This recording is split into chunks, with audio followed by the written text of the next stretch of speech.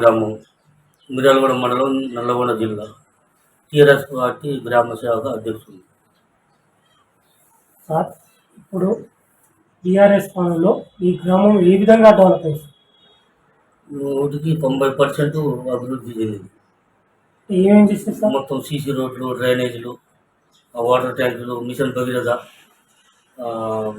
Kakatiya machine Kakatiya, చెర్లల్లో పూడికలు తీయడం, అన్ని కార్యక్రమాలు మంచిగా జరిగాయి కేసీఆర్ హయాంలో. అయితే ఈ ఎమ్మెల్యే భాస్కర్ రావు గారు ఓడిపోవడానికి ప్రధాన కారణం ఏంటి సార్?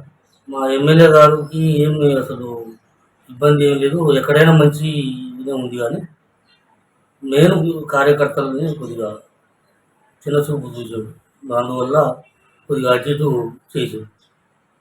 అయితే టీఆర్ఎస్ పనుల్లో ప్రవేశపెట్టేటువంటి పథకాలు ప్రజలకు ఏ విధంగా తీసుకెళ్ళారు సార్? ఈ ప్రతి ఒక్కటి ఎప్పుడైనా కానీ జనాలకి మేమే పోయి వాళ్ళకి తీసుకుపోయి ఈ మన కళ్యాణ లక్ష్మి కానీ, షాదీ ముబారక్ కానీ, ఇప్పుడు సీఎం రిలీఫ్ ఫండ్ కానీ, ఇవన్నీ గిట్ట మేము ప్రజలకు తీసుకుపోయి వాళ్ళకి అవగాహన నేర్పించి, అవసరం పోతే వాళ్ళకి తెలవకపోతే మేము దగ్గరుండి వాళ్ళకి మొత్తం గిట్ట మీ సేవలల్లో ఆన్లైన్ గిట్ట చేపించేసి వాళ్ళకి ఇప్పించే మార్గం చేసినాం. అయితే ఈ గ్రామంలో ప్రధాన సమస్యలు ఏముంది సార్? మా గ్రామంలో ప్రధాన సమస్యలు అంటూ ఏం లేదు. ఇప్పటికైతే మొత్తం గిట్ట 90% మేమే పూర్తి చేసాం. అయితే ఇంతవరకు రైతు బంధు అని చెప్పేసి రైతులు ఆందోళన చెందుతారు. అంతకుముందుకు బీఆర్ఎస్ వల్ల ఒక ఎకరం కూడా ఎండిపోలేదు, రైతు పొలాలు ఎండిపోయినాయి. దానిపైన రైతులు ఏమంటారు సార్? రైతులు ఎట్లా మోసపోయినాం, మాయమాయగా 6 గ్యారెంటీలు అని చెప్పి మమ్మల్ని మోసపుచ్చేది. రైతు బంధు పోయింది, రైతు బీమా పోయింది, నీళ్లు పోయినాయి, పొలాలు ఎండిపోయినాయి. ఎకరం వేసుకుంటే అరెకరం ఎండిపోయింది, అరెకరం మండింది. కనీసం ఇక్కడి నుంచి ఖమ్మం పంపిస్తుండ్రు నీళ్లు. మాకు 2 తల్లు ఇస్తే మేము మంచిగా బతికేటోళ్ళం అన్న ఆలోచనలో ఉన్నారు. ఎందుకు ఓటేసినామో మా చెప్పుతోటి మేము కొట్టుకోవాలన్న ఆలోచనలో రైతులు ఉన్నారండి.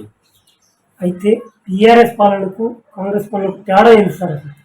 టీఆర్ఎస్ పాలన మొత్తం ప్రజల పాలన, ప్రజల దగ్గరికి ఏ పథకం కూడా ప్రజల దగ్గరికి వచ్చింది. కాంగ్రెస్ పాలన మొత్తం అవినీతి పాలన. వాళ్ళు ఈ పబ్బం గడుపుకొని జేబులలో నింపుకోవడానికే వాళ్ళు ఒకరికొకరికి సుతులు లేవండి ఇప్పటి వరకు గిట. అయితే మెయిన్గా కాంగ్రెస్ పార్టీ పెట్టిన 6 గ్యారెంటీలు అసలు అమలైతే సార్? ఈ ఎంపీ ఎలక్షన్ల వరకు ఏదో డ్రామా ఆడుతుందండి. తర్వాత ప్రభుత్వం ఉంటుందో ఉండదో గిట వాళ్ళకే ఆలోచన లేదు. వాళ్ళకి ఎట్లా ఉందంటే ఎవరు ఏం చేస్తారో అన్నట్టు వాళ్ళ దాంట్లో వాళ్ళే. ఇప్పుడు రేవంత్ రెడ్డి ఉన్నాడు, రేవంత్ రెడ్డి ఈ బట్టి విక్రమార్క ఏం చేస్తాడు అన్న ఆ భయంతో వీళ్ళు వాళ్ళని చూసుకోవడం సరిపోతుంది, కానీ ప్రజల్ని ఏమి చేసే ఆలోచనలో లేరు వాళ్ళు. అయితే ప్రధానంగా మీ గ్రామంలో ఇది ఇందిరమ్మ ఇండ్లు ఎన్ని ఉన్నాయి, డబుల్ బెడ్రూమ్లు ఎన్ని వచ్చాయి సార్?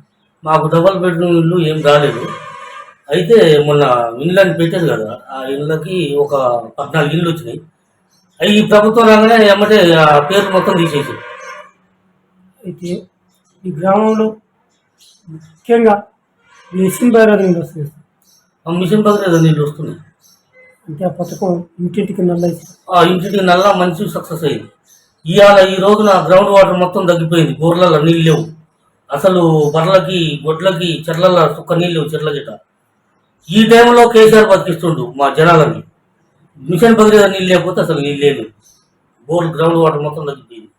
ఆ మిషన్ భగీరథ నీళ్ళతోటే ఇలా జనాలు బతుకు. అయితే టీఆర్ఎస్ పాలనలో ఈ గ్రామానికి ఎలాంటి ఫండ్స్ అంటే అది దళిత బంధు కానీ దళితులకు 3 ఎకరాలు ఎంతమందికి ఇచ్చేస్తారు? దళిత బంధు 3 ఎకరాలు అంటూ ఇక్కడ పూరంబోకులు ఒరిజినల్ పట్టాలు ఉన్నాయి, ఇక్కడ ఎవరికి లేదు. దళిత బంధు ఒక 7-8 మందికి పెట్టిన తర్వాత ప్రభుత్వం పడిపోయింది. ఆ పథకం వాళ్ళు తీసేసి పక్కన పెట్టేసి. బీసీ బంధు ఎంతమందికి వచ్చింది? బీసీ బంధు ఒక్కరికి వచ్చిందండి. ఫస్ట్ టైం ఒక్కరే పెట్టినాం. ఉమ్మడి గ్రామ పంచాయతీ కింద 3 కింద వచ్చేది. 3 వాళ్ళు 2 తీసుకోరు, మాకు 1 ఇస్తే 1 ఇచ్చేది. అయితే అట్లాగనే యాదలకు గొర్రెలు ఎన్ని యూనిట్లు పంపించేసింది సార్? యాదవులకి 75 యూనిట్లు వచ్చినాయండి మా కాడ. అవి గిట్ట కట్టే టైంలోనే ఎలక్షన్ కోడ్ పడుతుంది. అయితే రానున్న పార్లమెంట్ ఎలక్షన్లో మీ గ్రామ ప్రజలకు మీరు ఎలాంటి సూచనలు ఇస్తారు? మొత్తం వాళ్ళకి 4 నెలల్లో ఏం జరిగింది, ఏం సంగతి అనేది ప్రజలు మొత్తం గిట్ట ఎవరైనా చూసారు. ఈ తర్వాత ఉమ్మడిగా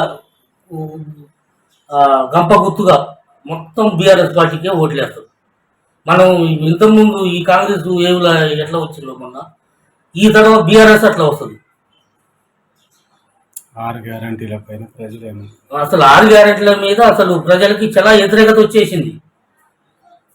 ఇప్పుడు బస్ అన్నాడు, ఫ్రీ బస్ అన్నాడు, ఆడవాళ్ళు మహిళలు ఇంటికాడ ఉండేటట్లేదు, మగవాళ్ళకి భోజనాలు పెట్టేటట్లేదు. పొద్దున్న లేసర్ రోడ్డు మీదనే ఉంటుంది. అదేమన్నా పద్ధతి ఉందా? ఎవరైనా లేనోనికి బీదోనికి సాయం చేయి. ఎవరికి డబ్బులు లేక ఇవాళ నీకు ఈ ఫ్రీ బస్సు పెట్టినాం. ఇప్పుడు లేనోడు ఎవరన్నట్టు వాళ్ళకి సాయం చేయండి. ఇవన్నీ చాలా తప్పుడు వివరాలు వాళ్ళు చేసి ఏదో పబ్బం కట్టుకొని ఎట్నో ప్రభుత్వం వచ్చేసింది. ఈ ప్రభుత్వం లాస్ట్ దాకా నిలబడదు. అయితే కేటీఆర్ గారు 3 నెలల్లో ఈ గవర్నమెంట్ పడిపోయి మళ్ళీ మా గవర్నమెంటే వస్తుందని చెప్పేసి ప్రకటించింది. అందులో ఉన్న రహస్యం ఏంటి సార్ అసలు? ఆ రహస్యం మనకి తెలుస్తుంది. ఎంపీ ఎలక్షన్లను బట్టి వీళ్ళ ఎన్ని సీట్లు వస్తాయి, ఏం సంగతి, దాన్ని బట్టి ఆలోచన. అది మనం చెప్పేది కాదు కదండి. అయితే మేడిగడ్డ కుంగింది, కాళేశ్వరం మీద అవినీతి జరిగిందంటారు సార్. నిజంగా అవినీతి జరిగిందంటారా? అవినీతి ఎట్లా జరుగుతుంది సార్? మేడిగడ్డ ఒక పెద్ద ప్రాజెక్ట్ అది. దాంట్లో 2-3 పిల్లర్లు ఊగితే మొత్తం పోయినట్టు ప్రాజెక్టు, కాళేశ్వరం ప్రాజెక్టు పోయింది. మరి ఇలా నీళ్ళు ఎట్లు ఇచ్చినాం? ప్రాజెక్టు కూలిపోతే నీళ్ళు ఎట్లు వస్తున్నాయండి? ఇలా సూర్యాపేట దాకా నీళ్ళు వస్తున్నాయి. అయితే కాళేశ్వరం అంతకుముందు ఉన్నటువంటి హరీష్ గారు ప్రతి మండలానికి, ప్రతి నియోజకవర్గానికి కాళేశ్వరం నీళ్ళు అందినాయి. వాస్తవానికి మీ నియోజకవర్గానికి వచ్చినాయి సార్ కాళేశ్వరం నీళ్ళు? మా నియోజకవర్గం అంటే మాకు రావండి, అది సూర్యాపేట జిల్లా కింద వస్తాయి. మాకు ఈ సాగరి వస్తాయి. కోదాడ దాకా వచ్చినాయి, మేము చూసినాం. ఇప్పుడు మొన్న కూడా సూర్యాపేటలో నీళ్లు ఉన్నాయి. ఇక్కడ మొత్తం కృష్ణా జలాల కింద అసలు ఏం లేవు. ఇది మొత్తం ఎండిపోయింది కృష్ణా బీచ్ కింద. గోదావరి జలాలలో సస్యశ్యామలంగా ఉంది. రానున్నటువంటి సర్పంచ్ ఎలక్షన్లో మీరు ఈ పార్టీ అధికారం మీకు ఆదేశిస్తే సర్పంచ్ చేస్తారు? సర్పంచ్ చేస్తానికి రెడీగా ఉన్నాం. సర్పంచ్ చేస్తే మీ గ్రామాన్ని ఏ విధంగా డెవలప్ చేస్తారు సార్? నేను ఇప్పుడే చాలా డెవలప్ చేసిన. ఊళ్ళో జనాలకి సర్పంచ్ చేయని పనులు నేను చేసిన. అదే సర్పంచ్ అయితే నేను మొత్తం రోడ్లు కానీ, డ్రైనేజీలు కానీ, ప్రతి ఒక్క వాటర్ ప్రాబ్లమ్స్ గిట్లా ఏది లేకుండా కరెంటు, లైట్లు కానీ, ఏదైనా కానీ జనాలకి నేను దగ్గరుండి నేను పనిచేయడానికి నేను సిద్ధంగా ఉన్నాను. అయితే మీరు ఈ ఎంపీ ఎలక్షన్లో ఎన్ని సీట్లు గెలుస్తారు సార్? దరిదాపుగా మేము ఒక 10 సీట్లు గెలుస్తామని మేము అనుకుంటున్నాం. అయితే ఇంతకుముందుకు 24 గంటలకు కరెంట్ ఇచ్చారు, ఇప్పుడు కరెంటు లేదని చెప్పేసి మాట్లాడుతారు.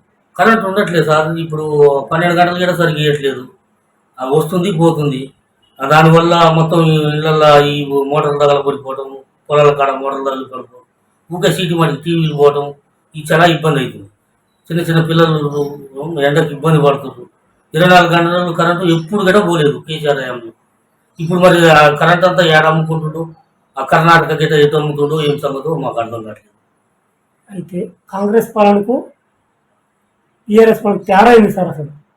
కాంగ్రెస్ పాలన ఒక బయట పాలన లెక్క ఉంది, పాకిస్తాన్ లెక్క. బీఆర్ఎస్ పాలన ఒక ఇండియా లెక్క ఉంది. దాన్ని ఆలోచన చేసుకుంటాం. మన సొంత ఇంట్లో కాక మనం చేసుకున్నట్టుగా బీఆర్ఎస్ పాలన ఉన్నది. బయట నుంచి కొనుక్కొచ్చుకున్నట్టుగా కాంగ్రెస్ పాలన ఉంది.